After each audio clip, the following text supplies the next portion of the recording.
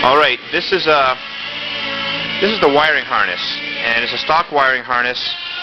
Things like the fuse box is right here, and for the majority part of this wiring harness there's no problems, but there are issues at the periphery being out towards the very end, let's say where the headlight bolts in or plugs in, and the taillight assembly.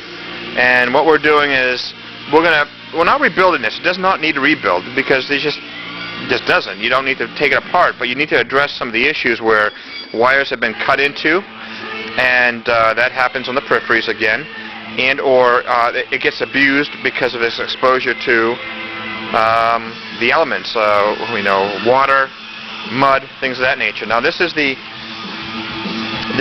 looks to be a trailer plug. We're going to eliminate this. This trailer plug is, for all intents and purposes, look at that. It's hard to see, but this is all rusty heads of bolts.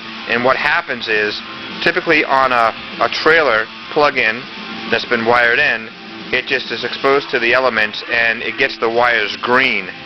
And so we're going to cut this out, and we may just put a trailer plug in here that will work much better and be sealed, just so that the way the customer has some, if they wanted to pull a trailer, and I don't know how you'd even connect into this, but this is again, this truck is from New Zealand, and this plug is a non-USA type of a plug. So we're going to cut this out of here. You can see that this is all muddy and stuff, but we'll go through and retape it, clean up some of the broken ends, and make sure it plugs in fine. So that's what we're doing here. This is obviously, you can see the difference, old versus new.